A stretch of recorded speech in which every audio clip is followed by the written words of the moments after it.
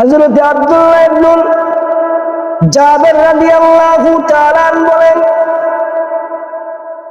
জাহান্নামে উঠে গেলেন বড় বড় সাপ রয়েছে। এই সাপগুলো এত বিষাক্ত রে, একবার যদি কাউকে দংশন করে 40 বছর পর্যন্ত ওই সাপের দংশনের যন্ত্রণা দূরীভূত হয় না।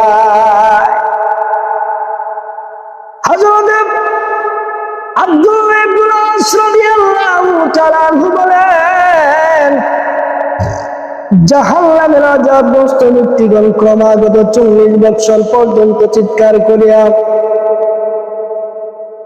জাহান্নামের মুখী দিগগুলাকে ডাকিতে থাকিবে। 40 বছর পর জাহান্নামের রক্ষীরা তাদের ডাকে সাড়া দিয়া বলবেন, এ জাহান্নামবাসীরা, তোমরা এখানে পড়িয়া থাকো, আমাদেরকে আর ডাকাডাকি করবে না। জাহান্নামের আযাবগ্রস্ত ব্যক্তিগণ এই ঘোষণা শোনার পর তারা আল্লাহ রাব্বুল আলামিনকে ডাকিয়া বলবেন, রব্বানা আখরিজনা ফাইন উদনা ফাইন্না যালিমুন। হে আমাদের পালনকর্তা প্রভু, আমাদিগকে উহা হইতে উদ্ধার করুন। পুনরায় যদি আমরা এরূপ করিয়া থাকি, তাহলে আমরা নিজেরাই গুনাহগার হিসাবে সাব্যস্ত হইব, আমরা নিজেরাই জলেমকারী হিসাবে সাব্যস্ত হইব। কিন্তু আমার আল্লাহ গোটা পৃথিবীর তামাম জীবনকাল বয়স পর্যন্ত তাদের এটাকে সাড়া দিবে না। ওই সুদীর্ঘ সময়কাল শেষ হওয়ার পর তারা জবাব পাবে, ওয়াখসাউ ফিহা ওয়ালা তুকাল্লিমুন।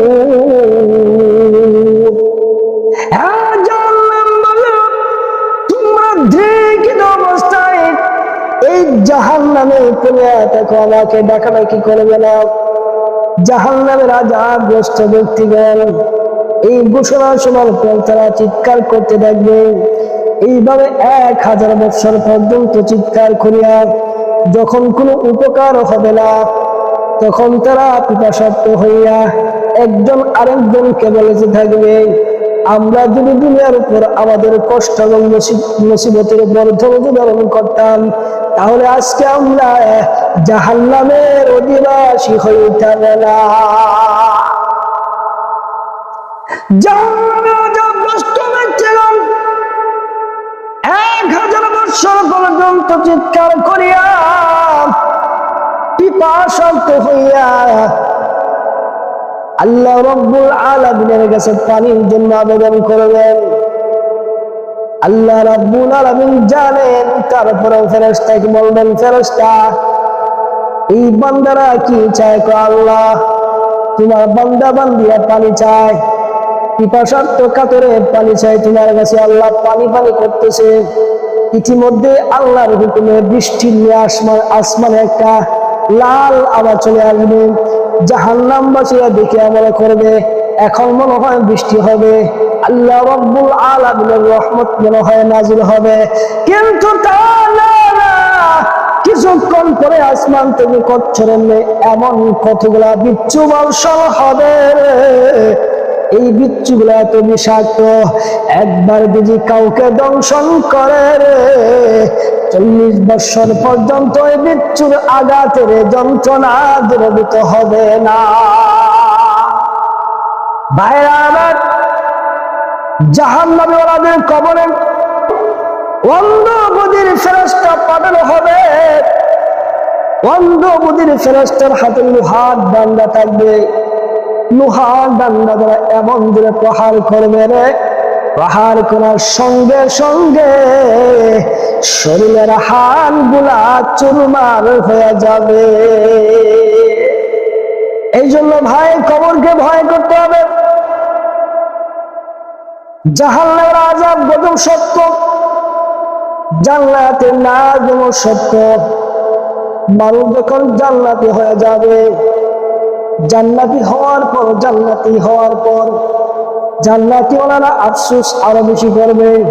হায় রে, দুনিয়ার বুকে যদি নফল নামাজ আরেকটু বেশি পড়তাম, তাসবিহ তাহলিল আরেকটু বেশি পড়তাম, কোরআন তেলাওয়াত যদি আরেকটু বেশি করতাম, নামাজটা যদি আরেকটু বেশি করতাম, নফল রোজা যদি আরেকটু বেশি রাখতাম, ইবাদত বন্দেগীর দৈর্ঘ্য প্রস্থ যদি আরেকটু বাড়ায় দিতাম, তাহলে আমার জান্নাতটা লাহা কতই সুন্দর আর হতো। জান্নাত যখন জান্নাত হবে, আল্লাহ রাব্বুল আলামিনের কাছে জান্নাতে তাকে আরজ করবে, আল্লাহ দুনিয়াতে আল্লাহ তুমি যা যা বলেছো দুনিয়াতে তার চেয়ে অসংখ্য মতো কোটি কোটি নিয়ামত আল্লাহ জান্নাতে পেয়েছি, কিন্তু একটা নিয়ামত পাই নাই। আল্লাহ তুমি যা বলেছো তার চেয়ে অসংখ্য মতো কোটি নিয়ামত বেশি পেয়েছি আল্লাহ, কিন্তু একটা নিয়ামত পাই নাই। ওই নিয়ামতটা হলো তুমি মাওলার দিদার হরদল মা। जितनी नियामत है तू हरदल माँ, जितनी नियामत है तू सबसे बढ़कर नियामत दीदार तू। দুনিয়াতে যত নিয়ামতের কথা বলেছো প্রভু গো, তার চাইতে অসংখ্য কোটি কোটি নিয়ামত আমরা বেশি পেয়েছি, কিন্তু একটা নিয়ামত পাই নাই। ওই নিয়ামতটা হলো তুমি মাওলার দিদার। হাসতিনা দুজখ বুআদ আরাফে আজ দুজখিরা ফুরচিনা ওয়াকফ বাহাসাত।